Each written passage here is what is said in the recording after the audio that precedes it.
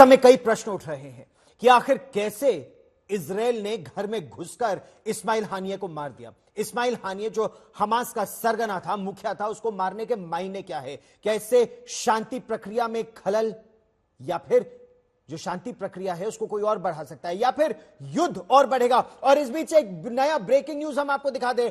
आखिरी वीडियो इस्माइल हानिये का अभी अभी सामने आया है। यह देखिए, हम आपको वो आखिरी वीडियो दिखा रहे हैं जब तेहरान पहुंचा था इस्माइल हानिये। हालांकि ये देखिए, ये वो आखिरी वीडियो सामने आया है। 2019 से कतर में रह रहा इस्माइल हानिये जो मुखिया था, मुखिया हमास संगठन का, वो मुखिया जिसने 80 के दशक से बहुत मजबूती से इस पूरे फिलिस्तीनी मूवमेंट को आगे बढ़ाने में प्रमुख भूमिका निभाई थी, जो हमास का प्रधानमंत्री, फिलिस्तीन का प्रधानमंत्री भी था। लेकिन उसको जब हटाया गया तो वो गाजा पट्टी में पहुंचकर मुखिया बन गया था हमास संगठन का, गाजा पट्टी का। हजारों करोड़ों डॉलर जब हमास को दिए गए, फिलिस्तीनियों को दिए गए, तो कहा यह गया कि इस पैसे का इस्तेमाल विकास के लिए होगा गाजा पट्टी के। लेकिन सुरंगों का पूरा मकड़ जाल बनाकर रखा और एक नहीं कई हमले इजराइल पर कराए। और इसीलिए इस्माइल हानिये, और इस्माइल हानिये को जिस व्यक्ति ने वहां से हटाकर कतर भेजा था, याह्या सिनवार, इन दोनों के कंधों पर हमास की पूरी शक्ति निर्भर करती थी। लेकिन प्रश्न अब यह होता है कि आगे क्या होगा? क्या यह युद्ध और आगे बढ़ेगा? हमारे साथ कई विशेषज्ञ जुड़ रहे हैं, उन सभी से बात करेंगे। मंजीत नेगी मेरे सहयोगी जुड़ रहे हैं हमारे साथ राजधानी दिल्ली से। अशरफ वानी रिपोर्ट कर चुके हैं ग्राउंड जीरो से, वो हमारे साथ जुड़ रहे हैं। राजेश पवार हमारे साथ जुड़ रहे हैं। हमारे साथ मेजर जनरल संजय मेस्टन जुड़ रहे हैं एक विश्लेषक के रूप में, और हमारे साथ बेनी बेंजामिन जुड़ रहे हैं। Benny Benjamin Israeli Defense Forces का हिस्सा रह चुके हैं। बेनी बेंजामिन इजराइल में ही रहते हैं, उनसे मैं मिल चुका हूं इजराइल में। लेकिन सबसे पहले अशरफ, जमीनी स्थिति की अगर बात करें तो ये एक तरह से आग में क्या घी डालने का काम हुआ है, जिस तरह से मारा गया? बिल्कुल गौरव, दरअसल आग में घी डालने का काम ही किया गया था। लेकिन शायद नेतन्याहू के पास इसके पैरेलल कोई और कोई जो है और कोई रास्ता था ही नहीं। क्योंकि जब 7 अक्टूबर 2023 को हमास ने सबसे बड़ा हमला जो है इजराइल पर किया था, तब नेतन्याहू ने अमेरिका और इजरायलियों को इस बात को लेकर साथ जोड़ा था जी, फलस्तीन और हमास के खिलाफ युद्ध में, कि वो सभी जो प्रमुख हैं और उस हमले के जिम्मेदार हैं, उनको दुनिया के किसी भी कोने में वो छुपे वहां पर मार गिराएगा। तो कहीं ना कहीं सबसे बड़ा चेहरा इस्माइल हानिया ही थे, जिनको तेहरान में मारा है इजरायली खुफिया एजेंसी जो है मोसाद ने। लेकिन यहां पर जो है बहुत बड़ी चुनौती अब इसराइल के सामने खड़ी होगी, क्योंकि इसराइल अभी तक अमेरिका के बलबूते पर पूरी तरह से यह युद्ध लड़ रहा था, चाहे वो हथियार हो, मदद हो, और खाड़ी के देशों को चुप कराने की बात हो। लेकिन क्या अब अमेरिका अगर कोई रिएक्शन ईरान और उसके प्रॉक्सीज की तरफ से, जैसे 3 है हिजबुल्ला, हुतीज और हमास, उनके खिलाफ जो अब कार्रवाई होगी इस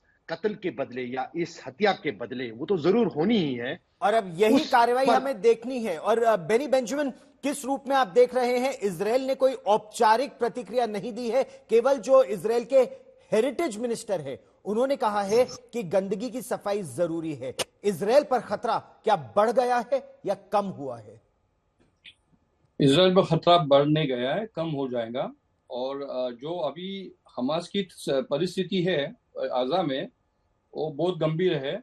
और उन लोग से हम लोग को कुछ ये नहीं, हम लोग डरते नहीं उन लोग से बिल्कुल, बिकॉज हमास तो फुल कंप्लीटली खत्म हो गया है। अभी जो हिजबुल्लाह का कत्ल हो गया है, उससे थोड़ा हम लोग को डर लग रहा है। डर मीन्स दैट उन लोग बॉम्ब करेंगे, हम लोग को कुछ करेंगे, बट अदरवाइज हमास का हम लोग को कुछ भी डर नहीं लग रहा है। हमास का डर नहीं है, हिजबुल्लाह का खतरा बड़ा है। क्योंकि इजराइल ने, मंजीत, जिस तरह से पिछले 12 घंटे में अपने 2 शत्रुओं को मार गिराया, ढेर कर दिया, दोनों को घर में घुसकर एक मिसाइल स्ट्राइक में, एक एयर स्ट्राइक में जिस तरह से मारा, मंजीत, ये इजराइल की इंटेलिजेंस और ऑपरेशंस दोनों की शक्ति को साफ तौर पर दर्शाता है। मंजीत, देखिए गौरव, पहले एक जानकारी भारत के संदर्भ में आपको देता हूं कि इस वक्त राष्ट्रीय सुरक्षा सलाहकार अजीत डोभाल पार्लियामेंट में हैं और मुझे लगता है कि वो जरूर प्रधानमंत्री नरेंद्र मोदी को इस बात की जानकारी देंगे, क्योंकि भारत भी पूरे हालात पर बारीकी से नजर बनाए हुए है। और इसमें बहुत चौंकने वाली बात नहीं है गौरव, क्योंकि पिछले हफ्ते जब बेंजामिन नेतन्याहू अमेरिका में थे, उन्होंने जिस तरह के तेवर दिखाए थे, और उस दौरान भी आपको याद है कि हिजबुल्लाह और हमास के हमले इजराइल पर जारी थे, और उन्होंने दिखाया, वो इस बात को लगातार कह रहे थे कि जब तक वो हमास का सफाया नहीं करेंगे तब तक वो इस युद्ध को नहीं जोड़ेंगे। हालांकि तमाम दुनिया भर से उन पर दबाव था कि वो खासतौर से गाजा पट्टी में जिस तरह से स्कूलों को, बच्चों को निशाना बनाया जा रहा है, उसको रोकें। और आपको याद है जनवरी 2020 की घटना, जब अमेरिका ने इराक में मिसाइल हमले से कासिम सुलेमानी को इस तरह से मारा था, लेकिन उससे बेहतरीन तरीके से मोसाद जिस तरह के ऑपरेशन करता है वो आज देखने को मिला, जब हमास प्रमुख को तेहरान में बिल्कुल पिन पॉइंट घुसकर उनके होटल के अंदर उनके गार्ड के साथ उनको मार दिया गया। तो ये इजराइल का हमास को लेकर जो गुस्सा था, उसको जो नेस्तनाबूद करने की उसकी रणनीति थी, उसका हिस्सा इसको माना जाएगा। और इस वक्त भारत के लिए भी महत्वपूर्ण है, क्योंकि पूरे हालात पर किस तरह से चीजें आगे बढ़ेंगी उसको लेकर खासतौर पर। और ऐसे में राजेश पवार, क्योंकि आप ग्राउंड जीरो से रिपोर्ट कर चुके हैं इजराइल में, इजराइल पर खतरा तो इस समय तीन तरफ से है। एक हमास का खतरा, दूसरा हिजबुल्लाह का खतरा, तीसरा हूथी विद्रोहियों का खतरा, और इन सब के पीछे जो तार इनके जुड़ते हैं वो ईरान से जुड़ते हैं। ईरान के अंदर घर में घुसकर तेहरान में इस्माइल हानिये को मारने के क्या मायने निकाले जाए? देखिए गौरव, बिल्कुल इजराइल के ऊपर चारों तरफ से खतरा मंडरा रहा है इस वक्त, और जो इजराइल का रिएक्शन था, इजराइल का लेबनान के ऊपर अटैक, वो लगभग इमिनेंट था, किसी वक्त होने वाला था या अभी भी किसी वक्त हो सकता है। और ये तीसरा बड़ा असैसिनेशन अटेम्प्ट है पिछले 3 दिनों में जो इजराइल ने कैरी आउट किया है। पहला, उन्होंने जो रिवोल्यूशनरी गार्ड के कमांडर थे इराक के अंदर, उनको एलिमिनेट किया था 2 दिन पहले। उसके बाद कल उन्होंने हिजबुल्लाह का जो नंबर 2 माना जाता है, हाजी मोहसिन, उसको कल उन्होंने एलिमिनेट किया है बेरूत के अंदर, लेबनान की कैपिटल के अंदर। और आज जो ये हमला हुआ है ईरान की कैपिटल के अंदर, इस्माइल जो टॉप लीडर था, पॉलिटिकल लीडर था हमास का, ये जो हमले हुए हैं, ये कहीं ना कहीं ये दर्शाते हैं कि जो इजराइल है वो अभी ऑफेंसिव पे है, और मोसाद लगातार जितने भी टॉप कमांडर्स हैं हमास के या रिवोल्यूशनरी गार्ड्स के जो जुड़े हुए हैं किसी भी तरह से हिजबुल्लाह के साथ या हमास के साथ, उन पर लगातार इजराइल नजर बना के रखे हुए है। और इसका अभी क्या रिएक्शन होगा ये देखना बहुत ही इंटरेस्टिंग होगा, क्योंकि ईरानी रिवोल्यूशनरी गार्ड ने जो स्टेटमेंट दिया है, उन्होंने अभी तक इजराइल का नाम नहीं लिया है। उन्होंने ये कहा है कि हम इसको इन्वेस्टिगेट कर रहे हैं, और इजराइल की तरफ से भी, चाहे वो प्रधानमंत्री बीबी नेतन्याहू हो या उनके मिनिस्टर हो, उन्होंने साफ इंस्ट्रक्शन पास कर दी हैं कि कोई भी मिनिस्टर इसके ऊपर किसी भी प्रकार का आधिकारिक बयान नहीं देगा। तो ये अपने आप में बहुत ही इंटरेस्टिंग हो जानना कि ईरान क्या समझता है कि जो अटैक है मोसाद ने, इजराइल ने करवाया है, अमेरिका ने करवाया है, या किसने करवाया है। ये माना जाए ऐसी परिस्थिति में जनरल मेस्टन इस समय क्या दुनिया बारूद के ढेर पर बैठा है? क्योंकि इस्माइल हानिये कोई एरा गैरा नहीं था, पॉलिटिकल हेड हमास जैसे संगठन का। कतर से ईरान जाना, कतर से तुर्की जाना, शांति वार्ता को आगे बढ़ाना या युद्ध को आगे ले जाना, उसको जब मार दिया गया तो क्या यह आग बहुत तेजी से बढ़ेगी? खासतौर पर जितने शिया मुसलमान देश है, क्या वो इजराइल को साम दाम दंड भेद निशाना बनाएंगे, या फिर संदेश गया है कि इजराइल ताकतवर है, शांति सबके हित में है? और गौरव, आपने बिल्कुल सही बोला, ये आग और भड़क सकती है, या मेरे ख्याल अब रुक भी सकती है। पहली बात, क्यों भड़क सकती है? देखिए, जितने भी पैनलिस्ट ने बताया है कि काउंटर रिएक्शन तो ये ईरान से एक्सपेक्टेड है और उसके जो प्रॉक्सीज हैं, लेकिन हमें पहले देखना पड़ेगा कि इजराइल, ये ईरान के पास उनकी शक्ति क्या है। मेरे ख्याल उनकी 2 शक्ति है। एक शक्ति है उनके सारे प्रॉक्सीज और 3H हैं, और दूसरी शक्ति है उनके ड्रोन्स। लेकिन सबसे बड़ी वीकनेस क्या है, कमजोरी? सबसे बड़ी कमजोरी है उनका एयर डिफेंस सिस्टम। साफ जाहिर है, ये जो अभी मिसाइल अटैक हुआ है इस्माइल हानिया के खिलाफ, और खासकर जब प्रेसिडेंट, जो ईरानी प्रेसिडेंट का इनॉग्रेशन हुआ था, तो एयर डिफेंस सिस्टम तो बड़े एक्टिवेटेड रहते हैं, उसके बावजूद ये मिसाइल जाके स्ट्राइक कर गई है, तो ये उनकी कमजोरी है। ये कमजोरी देखते हुए अब इसराइल ये ईरान और उसके प्रॉक्सीज क्या कर सकते हैं। देखिए, मेरे को लगता है ये अप्रैल वाला सिनेरियो रिपीट होने की आशंका है।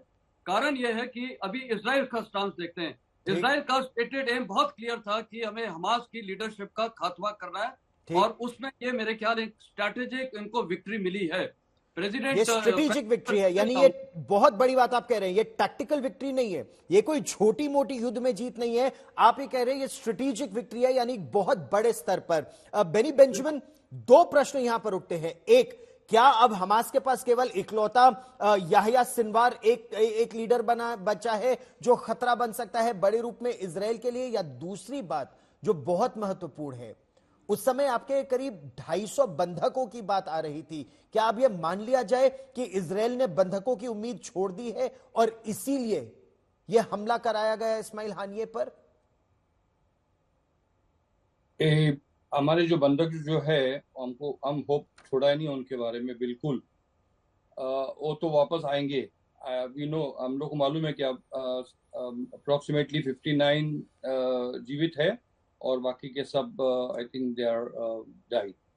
और उसके बारे में तो हम लोग होप छोड़ते ही नहीं है। वो सिनवार के साथ चालू है, और जो हानिया के साथ जो हो गया वो तो पहले से हम लोग ने बोले थे कि बस हानिया को एंड होएगा ही, कभी ना कभी होएगा। और वो कतार में नहीं कर सकेगी, बिकॉज हम लोग कतार में we are now very good relations with Qatar, because of जो हम लोग को अभी मदद कर रहे हैं हम लोग। तो हम लोग ने देखा क्या ये ईरान में गए हैं। अभी मेरे को मालूम नहीं क्या एग्जैक्टली इसराइल ने किया कि नहीं किया, बिकॉज अभी तक तो इसराइल ने ओके नहीं दिया है कि हम लोग ने किया करके जी। बट स्टिल ऐसा लग रहा है कि इसराइल कर सकता है, दूसरे कौन दुश्मन नहीं है उन लोग का। और उसके ये होप है कि 100% के इसके बाद हम लोग को हमारे जो बंधक है उनको छोड़ देंगे। अच्छा, ये बड़ी तो बात आप कह रहे हैं।